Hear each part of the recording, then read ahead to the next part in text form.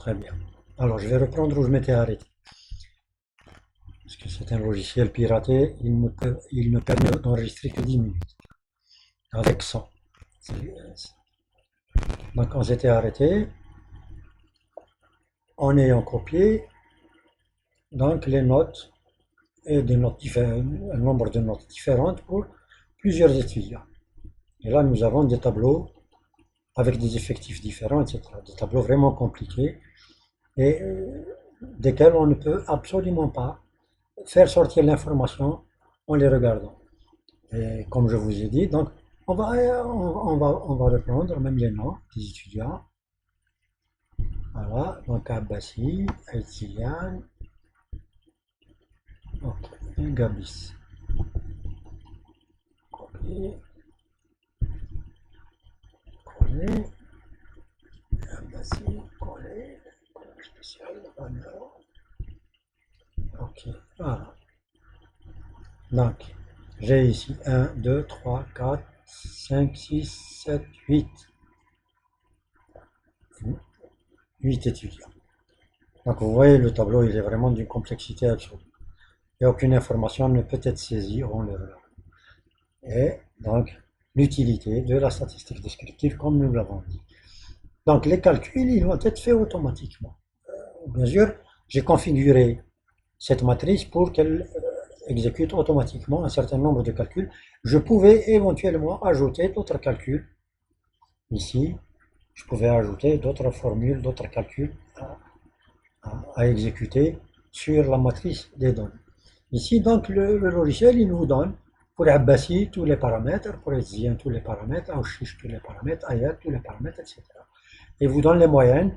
Pour le premier étudiant ou étudiante, c'est 12,97. Pour le deuxième, c'est 13,35. 12,90, 13,34, 12,41 pour le suivant, etc. Leurs médianes aussi, elles sont là. Donc, on peut vous passer d'un tableau absolument compliqué à quelque chose de plus synthétique. Et là, vous voyez que pour le premier étudiant, c'est 144 modules, pour le deuxième, 116, pour le troisième, 125, pour le quatrième, 92, etc. Il vous donne les effectifs. Tout ça peut être aussi représenté de façon graphique afin de permettre, comme nous l'avons dit, d'accéder à l'information du premier coup d'œil. Donc, sur les graphiques, voilà. Donc, les boîtes de tickets vont être représentées pour chaque étudiant. Premier, deuxième, troisième. Donc, vous avez le nom de l'étudiant, Abbassi, et les valeurs qui lui correspondent.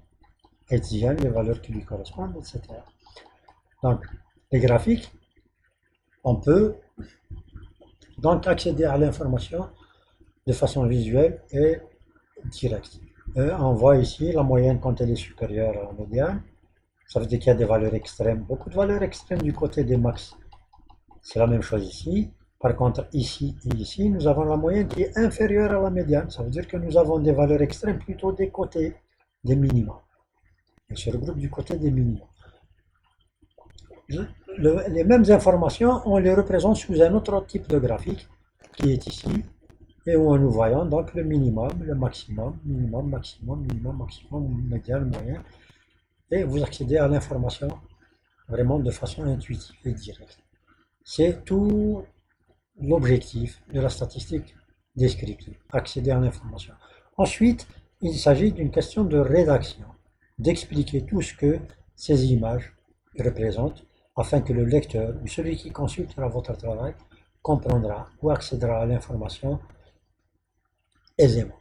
C'est toujours donc ici on pouvait ajouter les cartes types, on pouvait ajouter tout ce qu'on voulait. Voilà. Maintenant, on a pris des exemples des étudiants, des notes d'étudiants pour faciliter pour vous parce que c'est quelque chose auquel vous avez affaire tout le temps. Maintenant, je supprime ces données et je vais traiter un sujet de biologie. Alors, un sujet de biologie ou d'écologie, si vous voulez. Je vais prendre les données, ici, barrage 1, ici, barrage 2.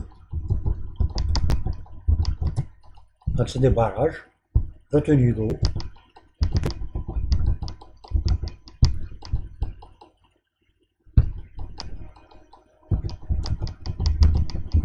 1. Voilà. Là, ici, barrage 3. Pour lequel nous avons, sur plusieurs points, mesuré la quantité de matière solide qu'il y a dans un litre d'eau et qu'on a exprimé en grammes.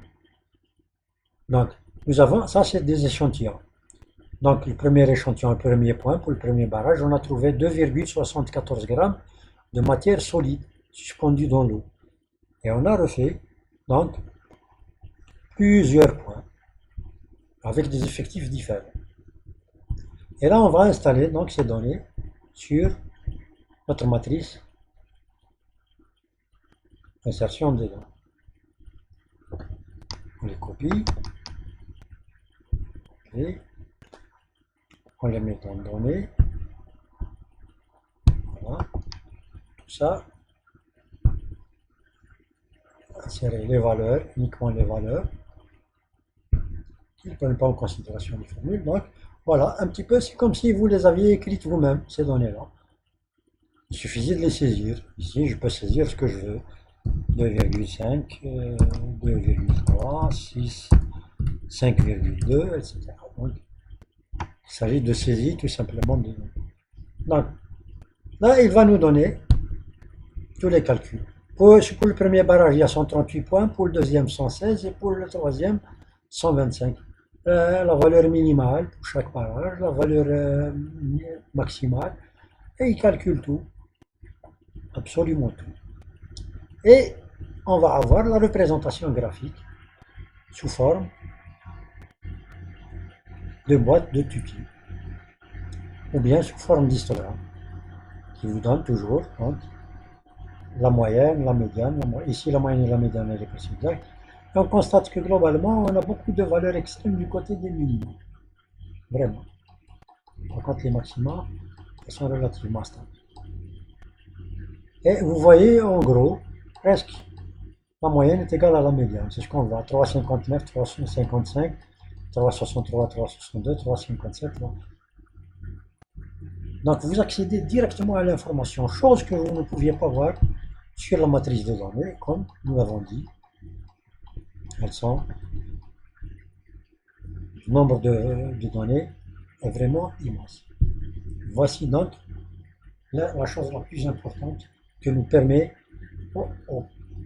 à laquelle nous permet d'accéder à la statistique descriptive, nous permettre de décrire les informations qu'il y a dans une matrice de données. Maintenant, revenons à un point, le dernier point, c'est celui de l'intervalle de confiance. L'intervalle de confiance est le seul. Il y a deux points qu'il faut retenir dans tout ça. En fait, quand nous avons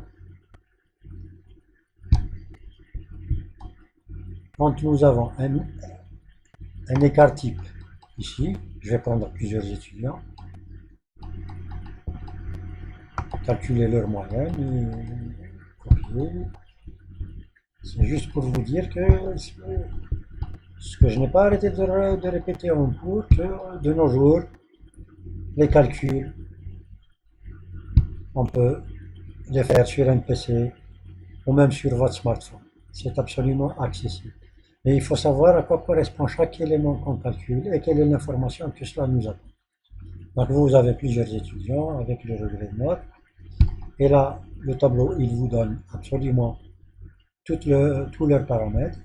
Et sur le graphique, vous pouvez trouver une représentation graphique, soit sous forme, et vous constatez que les étudiants sont différents. Un étudiant, voilà. Vous avez des étudiants dont les notes sont regroupées, comme celui-là. Vous avez des étudiants dont les notes sont vraiment étalées. Et qu'est-ce qui va se passer? Vous avez ici, pour cet étudiant, Ayed, il a eu des notes assez importantes dans certains modules, d'où sa moyenne, elle a décroché vers le haut. C'est ce qu'on va revoir ici, Ayed. Voilà, c'est valeurs extrêmes, c'est notes les plus élevées qu'il a eu. Même s'il a des valeurs, des modules où il n'a pas eu de bonnes notes, mais sa moyenne est allée vers le haut.